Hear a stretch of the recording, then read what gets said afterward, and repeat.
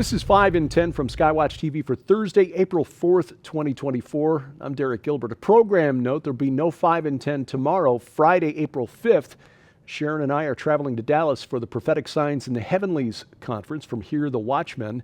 That coincides with the total eclipse of the sun visible in Dallas on Monday. We'll be reporting from Dallas on Monday, but no program tomorrow as we are traveling. Topic number 5 today. The earthquake in Taiwan, the strongest earthquake to hit that island in 25 years, has left at least 9 people dead. That number will surely be way out of date by the time you see this program on Thursday. At least 963 people reportedly injured or trapped in rubble. This earthquake measured at a magnitude 7.2 in Taiwan.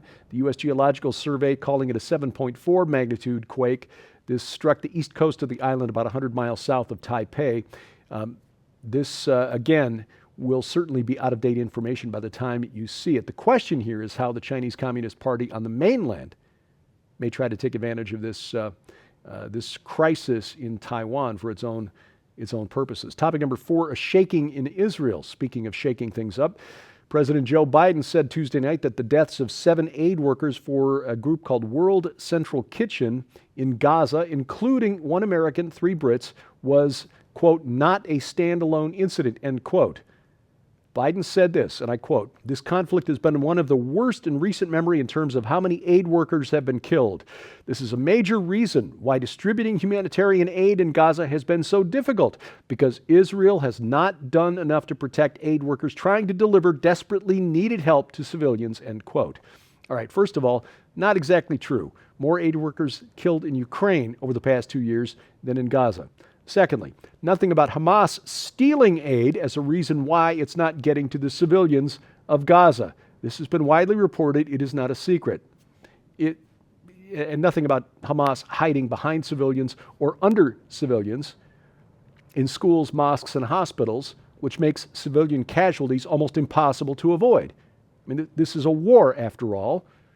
Hamas cowardly hiding behind injured people in hospitals, using them as human shields, and the IDF gets blamed. That is not by accident, Hamas doing this deliberately. Anyway, this interestingly is not at all like Joe Biden's reaction when the U.S. military misidentified a target in Kabul, Afghanistan, resulting in 10 civilian deaths. Biden brushed off criticism, offered no apologies, and then went to the beach for the weekend. In contrast, the IDF admitted responsibility right away, contacted World Central Kitchen, expressed condolences, launched an investigation, promised to make sure, do everything to try to make sure that nothing like this happens ever again. But in the dark, misidentification, in a war zone, sadly, tragic accidents like this may happen. Meanwhile, journalist Caroline Glick, whose work you should follow, reports that Israel's far left is stirring up riots on the streets of Israel again. You might have noticed this, protesters taking to the streets to demand the release of hostages from Gaza, as if it's within the power of Benjamin Netanyahu to just force Hamas to let them go. Well, riots featuring bonfires along major traffic routes, assaults on police and ultra-Orthodox Jews, threats to murder Benjamin Netanyahu, people storming the police barriers around his home. Why is this happening all of a sudden? Why now? I mean, there were a lot of protests through the first 3 quarters of 2023 around the judicial reform, which we talked about. Israel's judiciary has basically got unlimited power, something we would not allow here in the United States, but we're more than happy to let the Israelis live under this. The majority of Israelis voting for conservative government, but having to deal with a judiciary that can basically overturn any law passed by the Knesset on the basis of reasonableness. Anyway, why is the left up in arms and basically creating chaos now?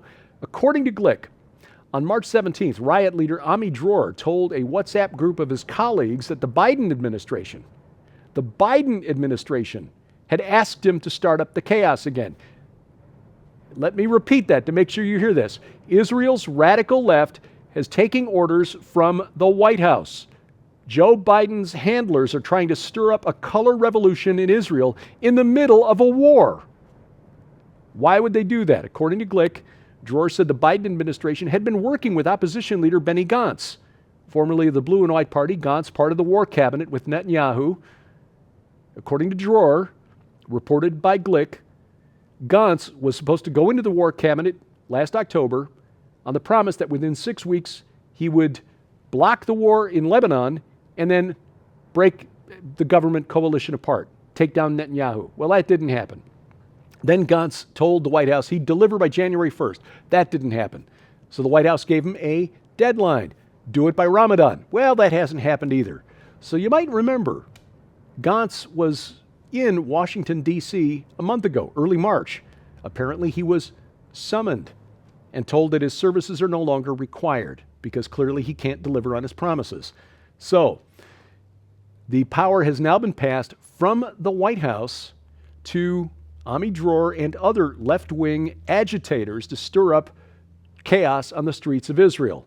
And they're using the hostages to gain sympathy for their cause. They don't care about the hostages. They just want Netanyahu and his right-wing coalition out.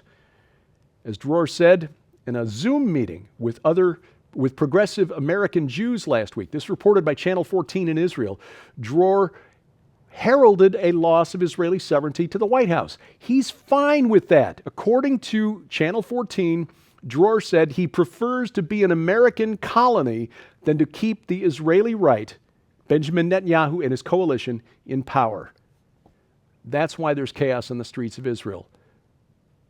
The deep state in the United States giving orders to agitators in the streets of Israel to take down, basically trying to take down the government inside Israel in the middle of a war for Israel's survival.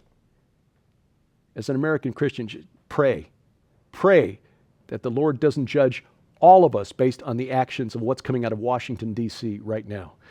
Moving on, topic number 3, bird flu in cows. Centers for Disease Control has confirmed that a person in Texas has tested positive for the highly pathogenic avian influenza virus. This is H5N1, this individual exposed to dairy cattle in Texas. Patient exhibited eye redness that's consistent with conjunctivitis as their only symptom, thankfully. Relatively mild. USDA's Animal and Plant Health Inspection Service has also confirmed that cows in Texas, Kansas, and Michigan had been sickened by the virus. The Ohio Department of Agriculture also confirming a case there as well. It's the first time the disease has been found in dairy cattle, according to the American Veterinary Medical Association. A group of young goats in Minnesota also testing positive. Now, the threat, danger to humans at this point still rated as low. It is not common for viruses to pass from cattle or goats to humans. It gets into pigs, that's a different story.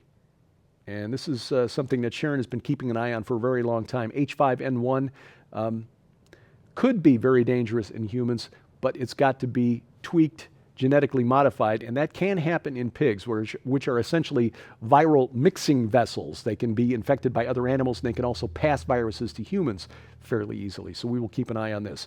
Topic number 2, Econ 101. In the land of Newsom, California, mass layoffs are beginning at fast food restaurants as the $20 an hour minimum wage takes effect. This shouldn't surprise anyone. Inflation has driven up operating costs for a lot of restaurant owners, higher menu prices. In fact, in some high expense areas of the East Coast, a Big Mac meal, if you substitute the shake for the soda, can run as high as $18. $18 used to buy you a good sit-down dinner a lot of places.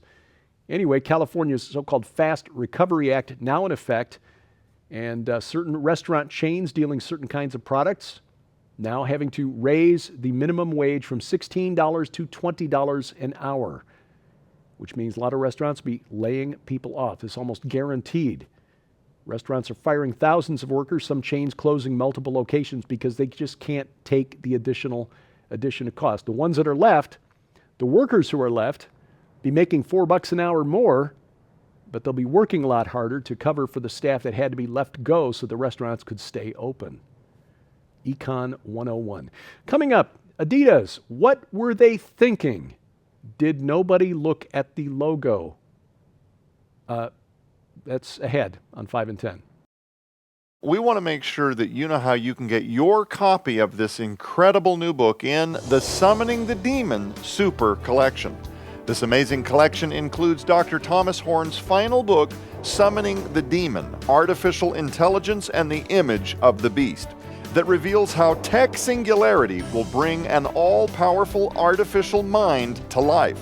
The trigger event that will make 666, the mark of the beast, mandatory overnight. What the future of a marked society will look like. The new face of transhuman supernatural warfare and how Christians must prepare for what is coming. But this incredible collection also includes, for a limited time, the brand new Dr. Thomas Horn Definitive Skywatch TV collection.